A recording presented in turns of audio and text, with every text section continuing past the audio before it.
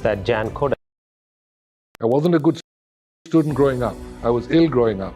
I had a whole slew of negatives behind me. I could barely pass an exam, but that was beside the point till I ended up playing the sport at a high level. And each of these matches taught me something. Tennis has taught me more than anything else could have taught me, any walk of life. My understanding of sportsmanship is playing with the spirit and ethics. And gamesmanship is where you're leveraging the margins of the rule. The referee came out and said, hey kid, you can wear spikes too if you want. You know, obviously I didn't have any spikes with me, and I started to use my handkerchief to wipe the bottom of my feet during the course of the match. Unbelievable, as incredible. It showed later on, I ended up winning in 5 sets. If I remember correctly, it is that Jan Kodash, Yes. when you had that overhead, that smash that you missed. I thought we were all going to be able to get through this without talking about that one match. I'm just kidding. The single reason for your loss is that the lack of killer punch in you. Just because you don't argue on calls, Bjorn Borg won his matches in certain ways, McEnroe won in certain ways, Connors won in certain ways, and I won in certain ways. But I think if you look back at the history of Asian tennis, at the end of the day, to this day, I have won more tour titles than any other Asian. I think there are 3 I's that we need. That intent, investment, influence. The most important thing here is first the belief in the fact that we can do it. What happened? How did we lose out? It's very difficult in India for associations to create champions. So we had Leander from Calcutta, we had Anirban Barua from Guwahati. If they didn't improve at a rate that we thought they were supposed to improve, we moved on to another one. You are an Indian, right? You're still an Indian. Absolutely. After 40 years. What is the reason that you haven't taken that citizenship of the... Because everywhere I played in the world, the flag was flown and the anthem was sung. Anywhere I played, that's what happened. And it's always been in my soul.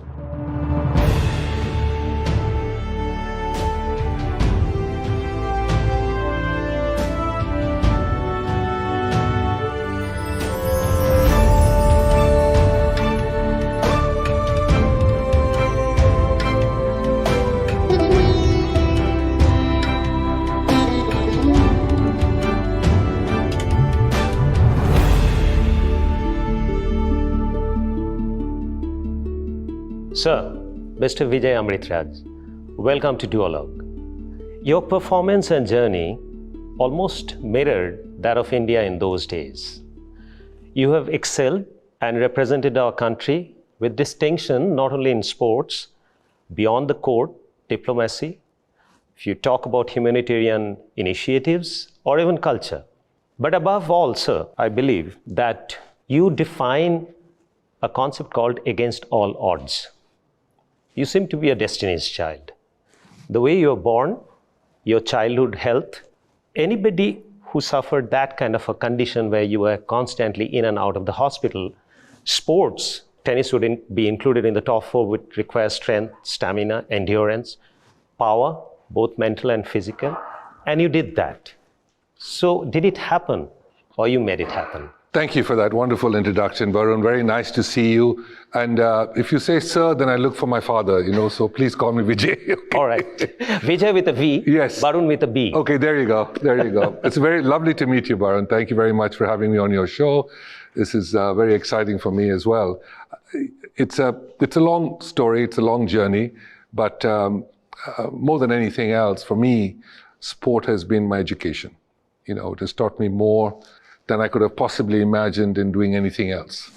And I never would have thought that when I started out, because as you rightly said, I started out sport because of health. I was in and out of hospital quite a bit, but eventually the doctor said, this guy needs to play an outdoor sport, because it had to do with my lungs. So the lungs couldn't perform more than 25-30% capacity. So they ended up saying, listen, play something outdoors, get the lungs moving, and then you'll be able to go to school.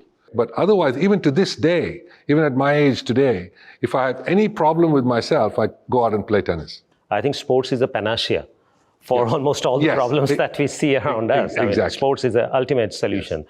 Yes. There are 2 things. Let me ask you that. Do you think this list is exhaustive to become a world champion? That you need talent and temperament. Do you need anything else? Or these 2, by and large, form the exhaustive list of qualities Well, yes and no. I mean, you need a bit of everything. But at the end of the day, the first and foremost is a overwhelming desire to win. That's part of temperament? Yeah, again, yes and no. Temperament comes in at a later point. If you have an overwhelming desire to win, then you must have the overwhelming necessity to work to match that desire. If you don't put in that work, then you're not going to be able to get where you want to get to. The second thing is that if you have talent, you can get away with less work, but you still have to put in the work. But if you don't have talent, you won't get there. Work can actually overcome the lack of talent. Oh, wow. So if you overdo the work, you can actually overcome the lack of talent, right. But not the other way around. Right. You talk about desire to win. You come across as a very ultimate gentleman, a statesman. And a lot of people, if I remember it correctly, Fred Perry has commented after you lost in your quarterfinal with Jimmy Connors in 1981. And he ascribed the single reason for your loss is that the lack of killer punch in you. And I think Arthur Ashe also had said the same thing. He said that he's known, it's a history of losing from winning. But as you're saying that you had an ultimate desire to win. So where did it converge? And not only that, I mean, I also know 1973, while you lost in Wimbledon, after that you went and played Volvo International, where you have won 8 match points against, including Rod Laver and Bond Borg. That's right. So you are both in one. Yes, Laver and Connors actually in New Hampshire. But coming back to that, it's very hard for me to listen to that because it makes it, what's the word to use, you know? Just because you don't argue on calls doesn't make you any worse. Okay, Bjorn Borg won his matches in certain ways. McEnroe won in certain ways. Connors won in certain ways, and I won in certain ways. But I think if you look back at the history of Asian tennis, at the end of the day, to this day, I have won more tour titles than any other Asian. Yes, 405. Yeah, but it's 16. No, title is just. Titles, yeah. But number of matches, I think 405. That also, is the nation. But if you look at the number of tour titles when someone wins over a period of his career, the next person is only at 12. Is a Japanese player, Kai Nishigori. So I think when you look at the desire to win, I think it was very much there. The question is, do you win the majors against the top players, like the Borgs, the McEnroes and Connors, who are the top players of my generation? Because I'd beaten them before and I'd beaten them after, but I didn't beat them there. Though I did beat Borg at the US Open, but I lost to him at Wimbledon. Yeah. So it's a mix and match. But then I always say, well, that's looking at the cup half empty. Yeah. I look at the cup half full. Half full, always. The gamesmanship and sportsmanship. My understanding of sportsmanship is playing with the spirit and ethics. And gamesmanship is where you're leveraging the margins of the rule. Like, for instance, I think was it Rod Laver who was playing against you in the US Open, 5-sitter, which won. He started wearing spike. That's right. He took the spike. Right. You didn't have the spike. That's right. I don't know if a larger-than-life figure at that point in time, he was so keen to win that he even went on to wear those spikes, where you never had the spikes. You didn't even know about the spikes. So it's a difference between sportsmanship. Well, let me put it this way. He was such a pro and arguably the world's greatest player ever. Yeah. And to play him on the center court at Wimbledon, center court of the US Open, after having beaten him at the Volvo event in New Hampshire, was a special moment because, I didn't want people to also think that was, a fluke the first time around. So this was the second time around, and it started to drizzle. So when it started to drizzle and the court started to get wet. It's a clay court. It's a grass court. Grass court. Oh, it was grass. Grass court. So you needed some more traction. Even more slippery. He happened to have it. Yeah. He happened to have spikes in his bag. And so when the referee came out and said, Mr. Laver, you're free to wear spikes, he turned to me and said, hey, kid, you can wear spikes too if you want. Obviously I didn't have any spikes with me, and I started to use my handkerchief to wipe the bottom of my feet during the course of the match. Unbelievable. Incredible. As it showed later on, I ended up winning in 5 sets. Does fortune favor the brave? Oh, by a long shot. By a long shot. No guts, no glory, no pain, no gain. You just have to go after it and play big on the big points. People are not going to remember you by the losses. They're going to remember you by the wins. By the wins, yeah. Vijay, was it different for you while playing in the circuit, ATP tournaments and playing in Davis Cup? Did your mind work differently? I think Approach to it was different? I think the most important thing for me, growing up and playing the first year in Davis Cup and what it took for 20 years, and then on the tour playing, the main thing was how the Indians felt when they watched my matches in any part of the world. And this is the second most global sport after FIFA. And so when I look at the way they felt after I won and the way they felt after I lost, you couldn't but believe in the tricolour and the flag and the anthem. That's all that matters. And that's why it made such a big difference in Davis Cup. You know, the way you started, the way you showed the way to us, and then from there, to some extent, the baton was picked up by Pace. And Pace is the product of BAT, right? If BAT, Britannia, came out of your program. After you, one would have expected that we would explode because you did it from nowhere, no backing, no technology, all by yourself and driven by the spirit of your parents, if I may say, barring these two. Exactly. So from there, what happened? How did we lose out? Good question. I think the most important thing here is first the belief in the fact that we can do it. And I think from a cultural aspect, to a great extent, we hesitate because there is no guarantee in sport.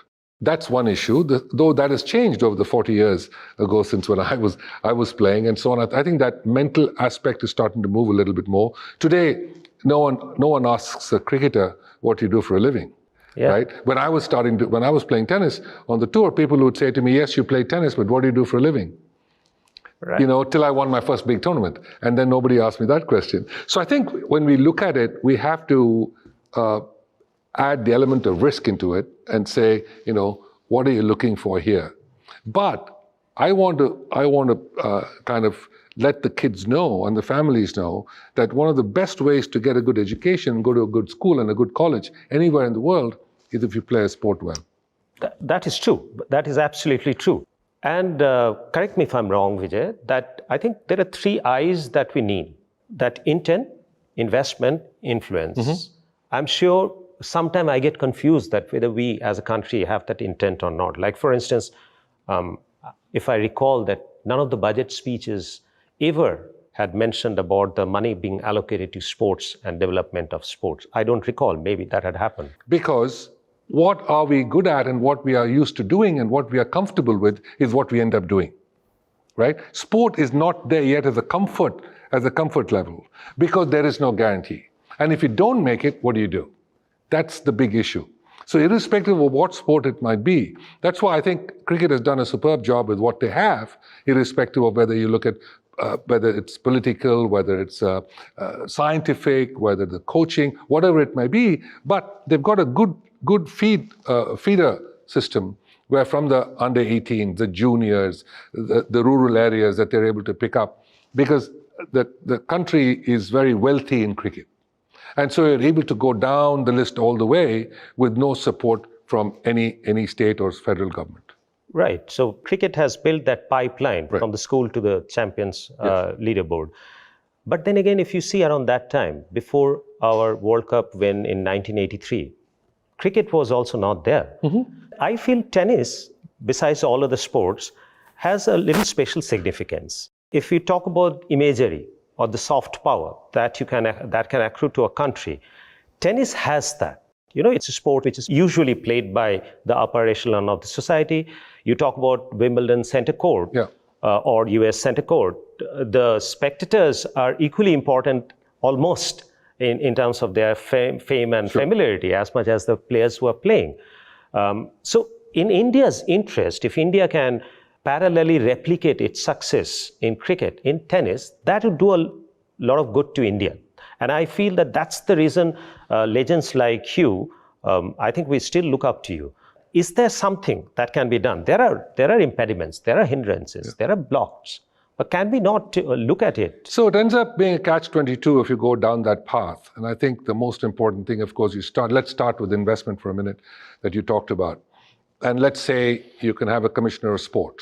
And the commissioner of sport runs after the investment. And so you decide, I'm going to get X amount of money into the sport Or for that matter, let's pick 10 sports in the country and say, these are the 10 sports we have a good chance of winning medals in at potentially the Olympics in 2036, and see what happens. And so we go after all this funding that might be required for 10 or 12 sports that we think we can win medals in, because we can't be good at everything, okay? So that's the first thing. Secondly, you hire excellence people in each of these 10 or 12 disciplines and let them run that discipline independently. It's very difficult in India for associations to create champions. That's not what they're meant to do. Yeah. They are meant to grassroots the game. So more people need to play the game. Democratize the game, more people. Have more people, more kids playing, more parents playing. You know, the three reasons you play the sport anyway. One is for exercise, two is for competition domestically, and then we leave out the third one. If we go globally, then the equation completely changes. Yeah. So leave that out for the minute and work after the first two. So I think that's where we go with associations. We don't expect the federal government, they've got so many things that they can spend their money on, and not necessarily a sport, because if you look at every other country in the world, barring a few, they come from private sponsorships, private investment that goes into a sport. And the private investment goes into a sport only when they have already excelled. Not prior to that. Or chicken and egg. So, right? Yeah, that's right. That's why I say it's a catch-22. So that's why it's very hard to say, hey, you know, let's just go and put in X number of crores into this particular sport and see what happens. You know, that's the hard part. That's why I think the CSR initiative is a very good one. Yeah, corporate. And also I sometimes feel, I don't think there'll be many takers. With BCCI is a rich body, one of the richest bodies in the world. Yes. I think if they can be a little more lenient to look at other sports as well, development of other sports, what would they do? I think last year they made about 3,000 crore profit. Awesome. What would they do with it? I think across the country, we have a variety of talent in different walks of life. There is no lack of talent. The talent is huge in this country across the board. I think we need to go more and more into the rural areas. And what about your documentary on your life? Time Studios have signed you, 2024? So it's work in progress. Hopefully it'll be out by the end of this year. The director is one of the award-winning directors, no? Yes, he did St. Louis Superman, and he's a terrific guy. He's a Canadian-Indian, and what a talent, you know. And I think when you look at all these guys and the way they are able to piece these things together, documentaries are very, very hard to make. Yeah. And making it engrossing is even harder. I mean, you can make a documentary nobody would watch. Yeah. But if I see these documentaries break points, I was watching this Leander Paes Bhupathi documentary. It's gripping. So coming back again on this Leander Paes and Bhupathi, obviously, I don't think there's a comparison between what you are as a legend and what Paes is. Paes possibly would be considered, if not only India's best doubles player, maybe one of the world's best doubles player of all time. And you're breaking into the top 20, number 18 rank, which is like a distant dream for all of us for last 50 years. And then after that, we've seen a bit of Sania Mirza. Sure. And then it's a complete lull. So did it ever happen that you all came together and tried to look at Indian tennis and work together towards development of Indian tennis? When I started the tennis program, the Britannia Amritraj tennis program in 1985, and we picked the first 8 boys across the country from different parts of the world. Were you there in the selection? I did the selection. You did the selection? Only I and my brother Anand.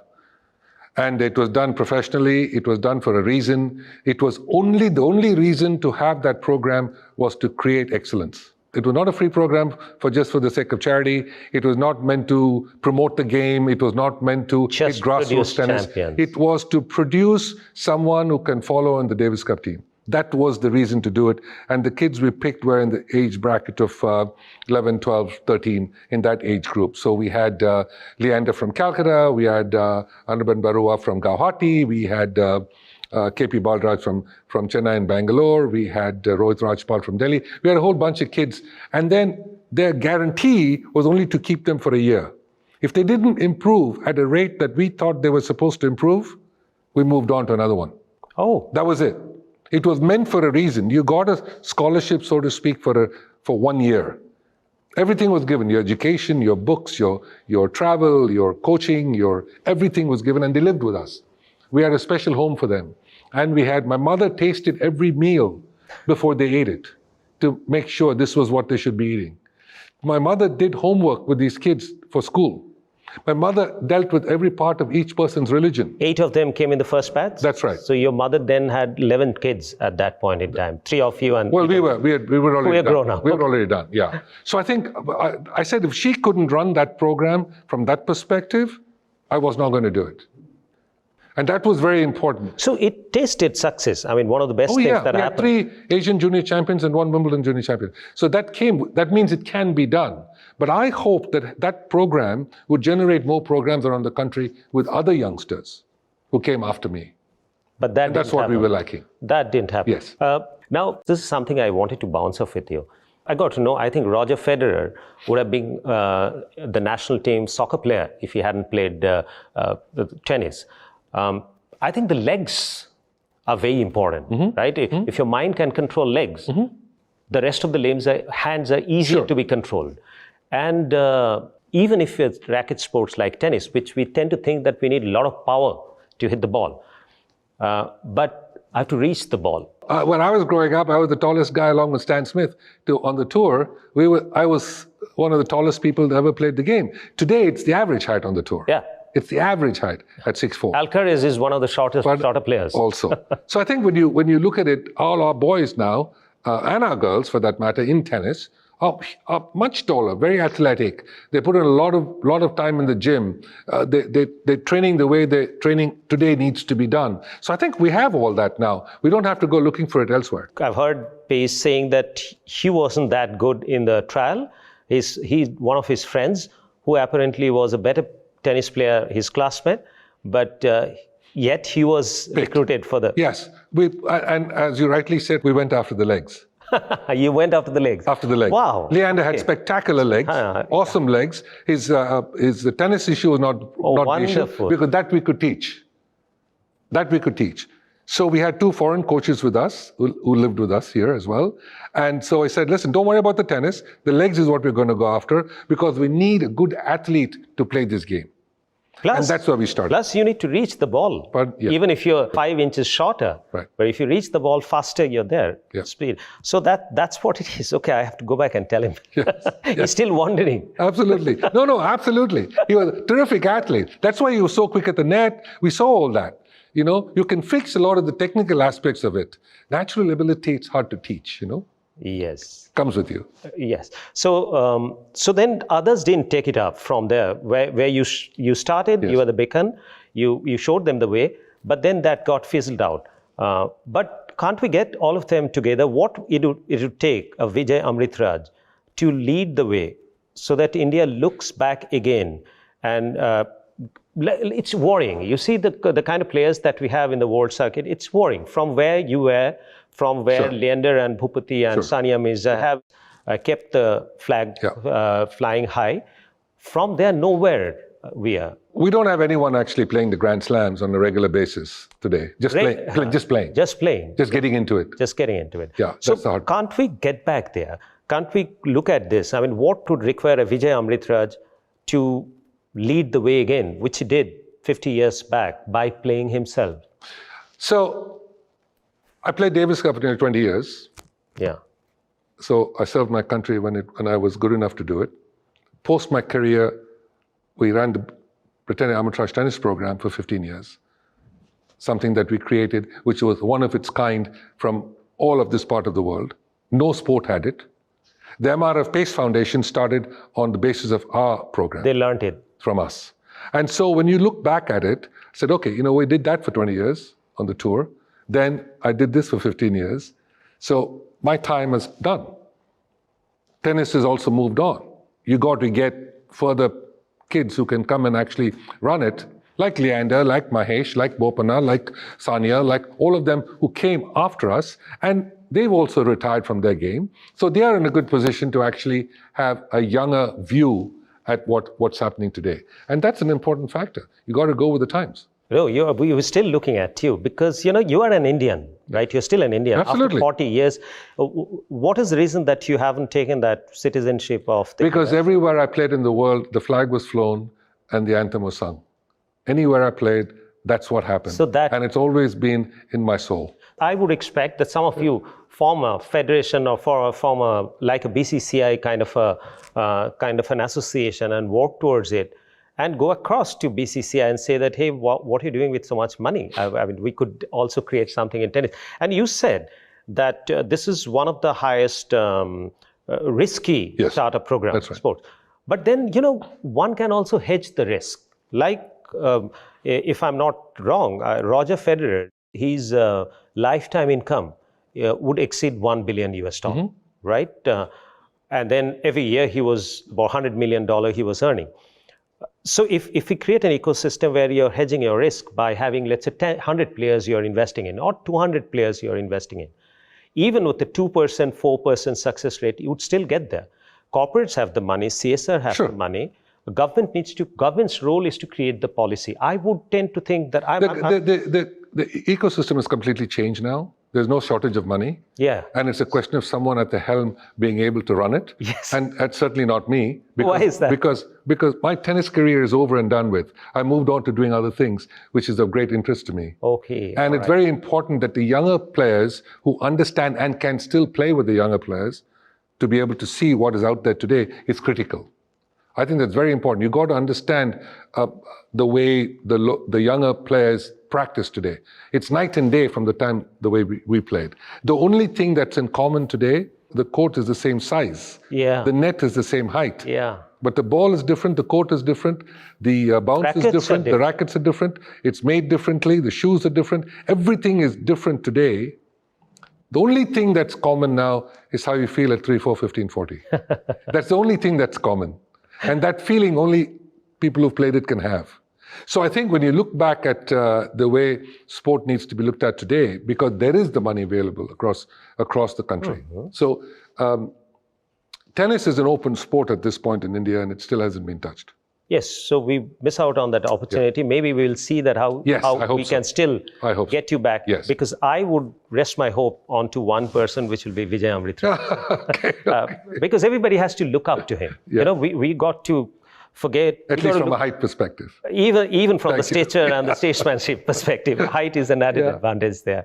From there, I come to then and now. You were one of the successful immigrants to the US. You had become a role model of immigrants.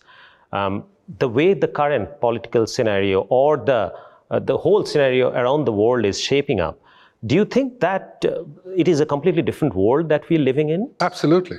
Absolutely. And this is not the world I went to on the tennis tour in the early 70s. It's completely changed, completely different from sport to life in general. And you have to be able to move with the times. Does it make you feel any more uncomfortable these days? The whole anti-Indian, anti-H-1B visa that Indians are taking away their jobs, that narrative is going on. I think it's more a question of being pro-American from their perspective, as opposed to the other way around. Whenever people ask me in the US, am I Republican or Democrat, I always say I'm Indian. One's got nothing to do with the other, and to this day, I'm still retain my Indian citizenship. I'm not a US citizen. And so I wouldn't consider myself an immigrant in that regard. So after the years that I've been away. But the most important thing here is the fact that they feel they're doing what they need to do for the good of the US, for that matter, or for that matter, any other country in the West or anywhere else. I think the important thing is we live in a global environment, and it is important to understand that, yes, you want to be able to think global, but act local. And now coming to soft power, your brother Ashok Amritraj is a mainstream producer, right? He's worked with all the greatest names in Hollywood. I think Nicolas Cage, he worked with Steve Martin, Sandra Bullock in Premonition. So he's worked with everyone. Do you think that that's something which can be utilized in creating India's or influencing India's soft power, telling the India story? around the world. The Western world had done it very nicely. They've used stories to tell their stories. But does India have such an opportunity sitting there while you are connected to creating some of the greatest movies in Hollywood? Is that an opportunity that crossed your mind ever? There are three things specifically that can touch people from any part of the world.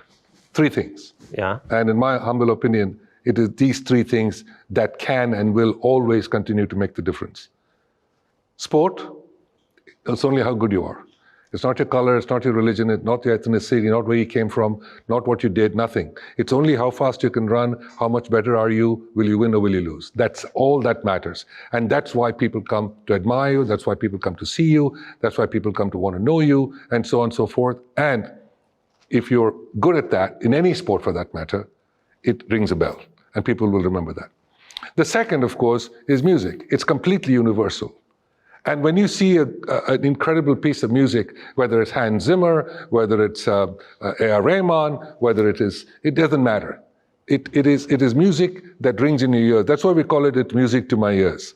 When you see Roger Federer playing tennis. And then, of course, the third is the visual. And the visual is the art form that you're talking about. And I think it's very, very important to be able to tell stories and tell movies and show movies, both visually, the locations that you're in, and the music that goes along with it, and the scripts that are written to make it more global, as opposed to making it especially for a particular kind of audience. Yes, it has to be on a local subject, but for the global audience. Yes. Like, I come from the state of Satyajit Ray. Mm-hmm. So his movies were seen around the world, mm-hmm. and he won the Oscar not because he created movies in Bengali, but he created movies which could appeal to the global audience. Satyajit's movies were so critically acclaimed. Yes, that's what I'm saying. And admired more than anywhere else in the world by the Hollywood community. Okay, so you find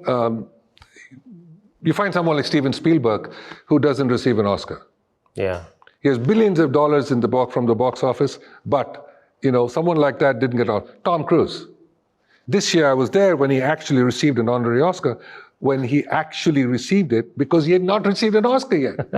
Nominated for Few Good Men, nominated for this, but he didn't win it.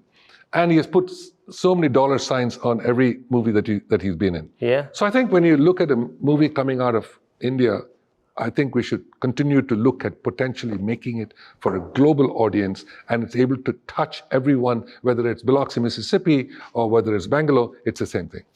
And would you be considering producing movies there in Hollywood under the entertainment arm of your brother, where you would have been? Sure, I started it with him, but at the end of the day, I think we look at, we do a lot of different things now as well.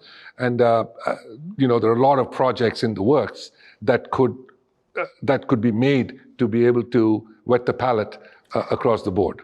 And I think that's what we're looking to do. I would like to pick your brain on some of the leadership aspects, the traits of leadership, the hunger to win, the ability to improve.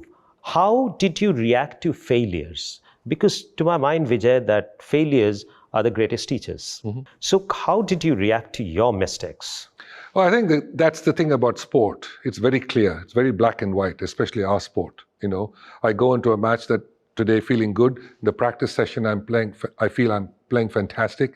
And then when you get into the match, you just miss the line by here, a little bit here and a little bit there. Red card comes along, you get two bad calls. Suddenly things happen, match changes, you lose.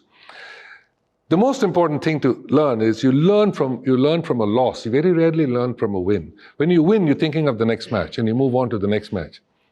But in failure, when you lose to that guy, you want to make sure, I don't want to lose to that guy again. I can't lose to that guy again.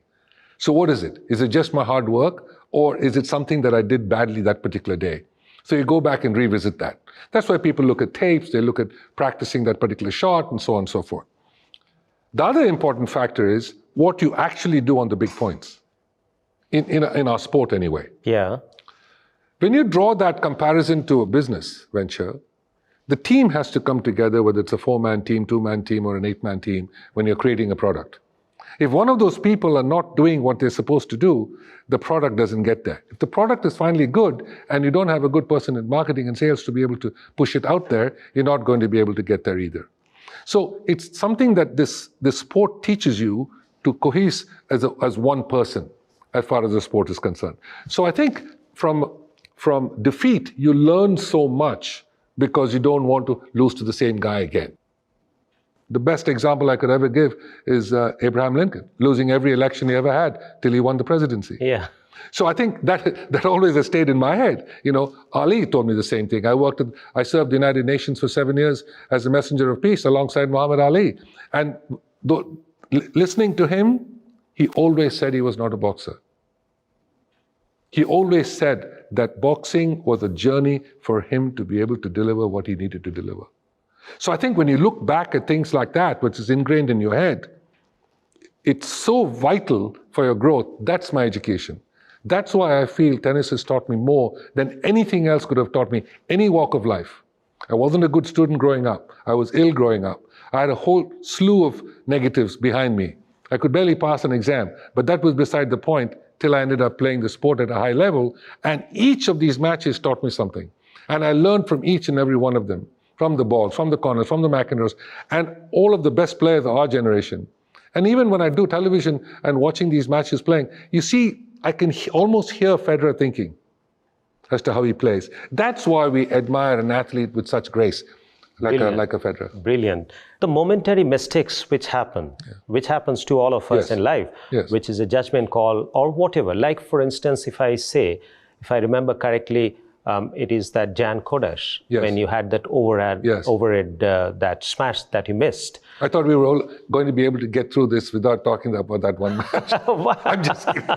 I'm just kidding. That's a very important match, yes. right? I think that because 1973, when you played that match, that possibly would have taught you more than any other matches that had taught you so far. So I was 19 when that match happened, and potentially had I beaten him in that match, he was the eventual champion. He won eventually, and I could have won Wimbledon in 19. And so, as a matter of fact, the papers the next day said it's not a question of when this guy is going to win; it's a question of how many times he's going to win. Oh, wow! So that's what the paper said the next day. Now, I went on not to win anything. Bjorn went on to win 5 times. Connors went on to win, and so on. Who are my age group of guys? McEnroe came a little bit later. But then I always look back at that and I think, you know what? That's looking at the cup half empty. I've always looked at the cup half full. And as far as I'm concerned, my life has given me so much that I always feel that the cup has been overflowing. What are the other qualities of leadership that you feel that the sport instills in you? For instance, I'm sure discipline is possibly one of the basic, very elementary qualities that I would look for in a leader. Did discipline play a huge role in your life? Okay, so as far as the sport is concerned, and you can translate this into whichever way you want, there are the 5 Ds that I've always used. And the 5 Ds have made a huge difference to the way you actually also lead your life. The first and foremost, as I mentioned to you, is desire. If you don't have the desire and the work ethic to back it up, then you're not going to get anywhere to get started. The other 3 Ds come back to back with one another. One, of course, is discipline, where you have that kind of focused energy as to in every little thing you do. And then when you fail, you're determined to do it again. So determination follows that discipline as it goes into it, as you back it up. Then what kind of dedication do you truly have to back up the discipline and the determination that goes with it? Once you have these 4 in place, the 5th is not in your hands. Destiny. It comes from top. Destiny. And so that's divine intervention. Divine intervention. So when you have that divine intervention, you're pushed over the edge. Then God is going to go the other side, and so on and so forth. In a whole variety, including business. You can do the best things. I've seen movies where every frame of the picture is so good, but the movie doesn't work. What is it? And the opposite is also true. So I do believe that as far as leadership is concerned also, it's also management of the people who are in your team. And to be able to cohese as a group. It's very easy for some person to feel left out. Or how do you pull it together and realize it's a team effort? You're at the very top and you're the one who starts the car, but you still need the 4 wheels to get it moving. So I think when you look at things like that, you feel, Nothing teaches you more than the sport does. Wonderful. Thank you very much for joining us on Duologue, Vijay. Absolute delighted to talk to you. Thank you so much. Wonderful talking to you. I have a small ritual. I have a small gift for you. Okay. Which is a pen. It's not a tennis racket, right? No, it's a pen engraved. Oh, thank you. Your name in it. And my guests always, they have penned down something for me. So if you could use the pen and write a few words for me. Oh, it's a fountain pen. Look at that. When would I last see one of these? Oh, I'm using it. This is beautiful.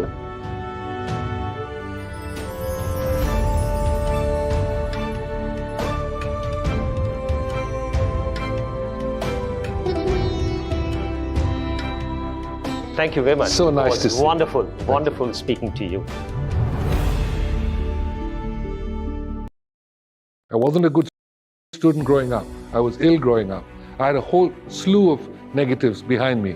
I could barely pass an exam, but that was beside the point till I ended up playing the sport at a high level. And each of